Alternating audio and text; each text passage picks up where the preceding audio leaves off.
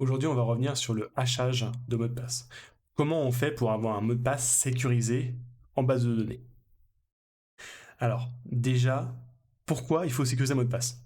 Basique, mais important. Un mot de passe en clair, c'est une hérésie. Je vais vous expliquer très vite pourquoi.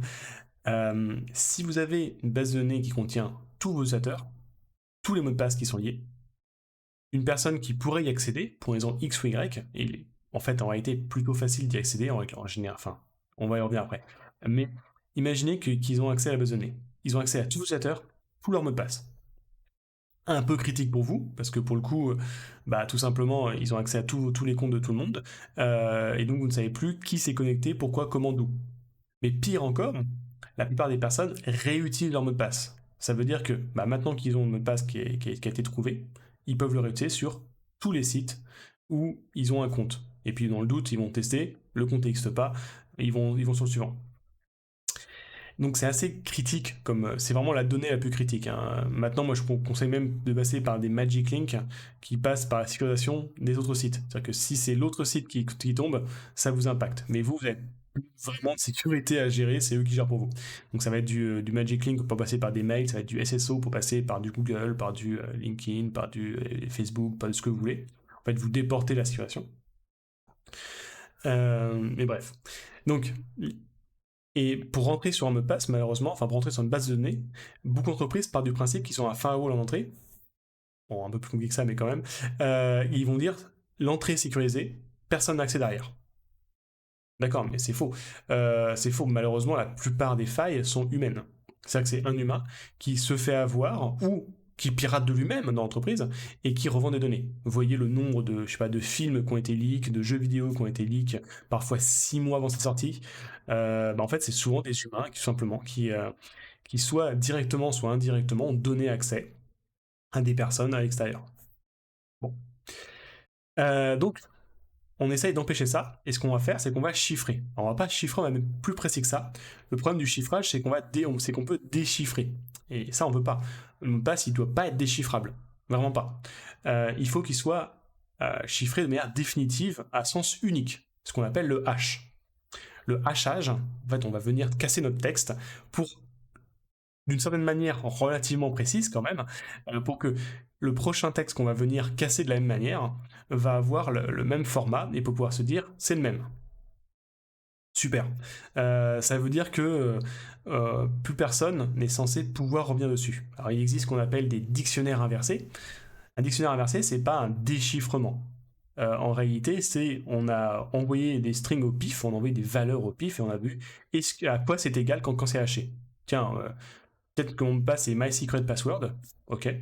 Et si quelqu'un tape le mot de passe 1, 2, 3, peut-être que le hachage de cette méthode-là arrivera au même résultat final. Ok, mais ça veut dire que 1, 2, 3 est un mot de passe possible pour entrer sur le site. Mais pour le coup, moi, c'était pas le mien. Donc, ils n'ont pas mon mot de passe. Ils ont trouvé un pour ce site-là seulement. Donc, ça sécurise déjà beaucoup plus. Et après, bien sûr, là, on est sur des mots très très courts. En réalité, on est sur des hachages qui sont très très longs. Donc, on a beaucoup moins de chance à ce niveau-là. On devrait être beaucoup plus sécurisé que ça, je vous rassure. Donc, bref, voilà, pour l'explication pourquoi il faut absolument que ce soit en clair, enfin, absolument que ce soit pas en clair plutôt, en l'occurrence, voilà, évitez d'avoir le mot de passe en clair, où que ce soit, jamais en déchiffrant de passe. Ça, c'est une hérésie totale. D'un point de vue sécurité, ça veut dire que vous ouvrez des failles de sécurité, mais absolues. Donc, c'est un no-go, c'est un carton rouge, c'est un feu rouge, c'est tout ce que vous voulez, c'est non. Un mot de passe, c'est chiffré, et c'est chiffré à sens unique. Donc, c'est haché, ce n'est pas récupérable. Seul votre utilisateur connaît le mot de passe en clair. Même vous, vous n'êtes pas au courant, et tant mieux. Si vous avez fait un console de mot de passe en clair, alors là, vos logs sont d'une criticité. Ça peut même être condamnable, je crois. Mais à vérifier. Euh, Bref, le bcrypt, donc c'est une librairie qui permet de crypter. Crypter qui ne peut pas dire grand chose en français en réalité. Pour ça, je parle de chiffrer, de chiffrement, de chiffrage, et pas de cryptage. Cryptage, ça ne veut rien dire en vrai, hein. Mais vraiment rien. Ça n'a aucun sens. Donc, on va venir hash, point hash, la méthode hash, facile jusque-là, le password. bon, le mot de passe, ok, et un salt once. Alors, ça, le sel, en gros, ça va donner la complexité qu'on va rajouter. On va rajouter des petits éléments, des petits trucs dans tous les sens, hein, pour rajouter beaucoup de complexité. Ça rajoute beaucoup de temps de calcul.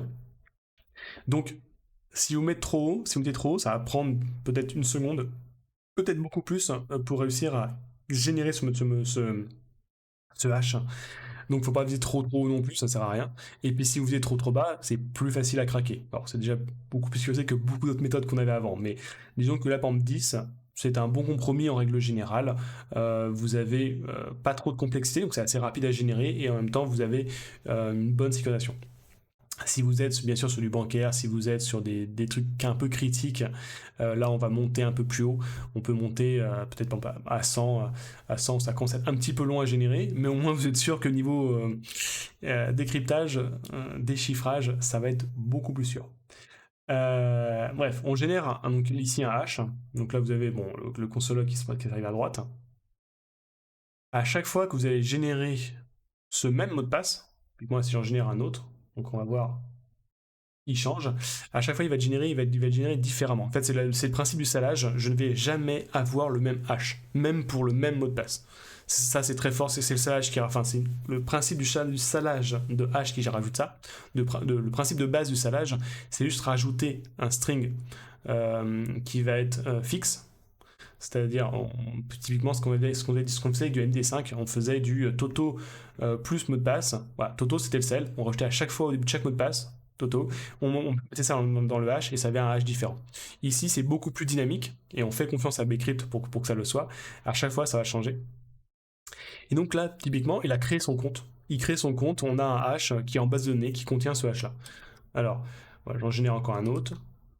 Il va maintenant se connecter. Donc il passe son password et il passe un hash. Enfin, le hash, là, c'est celui que je récupère de la base de données. Donc il récupère ce password et je voudrais vérifier est-ce que c'est bien le bon hash, est-ce que c'est bien la bonne personne qui se connecte. Et pour ça, je vais faire ce qu'on appelle un compare. Donc, alors je ne peux pas comparer, vu que le cell génère une nouvelle string à chaque fois, je ne peux pas comparer les strings, elles ne sont pas égales. Elles ne sont pas directement égales. Donc comment je fais ça? Ben, c'est justement toute la mécanique qu'il y a dans Bcrypt qui permet de comparer d'un cell à un autre et de me dire est-ce que ces mots de passe sont équivalents à un cell près, bien sûr. Et ben c'est ce qu'on va faire. Donc c'est ce qu'il fait là. Typiquement, le mot de passe est correct parce que c'est bien le même mot de passe qui a été généré. Et pourtant, si je hachais, enfin, si je récupère le hash intermédiaire qu'il y a pour le user input, là, je vais avoir un hash totalement différent de celui que j'avais avant. Alors, à l'œil nu, hein, parce que Bcrypt, va savoir le faire différence, mais si je mets un autre mot de passe, il est capable de savoir. Et pourtant, je vous rappelle, la string est toujours différente.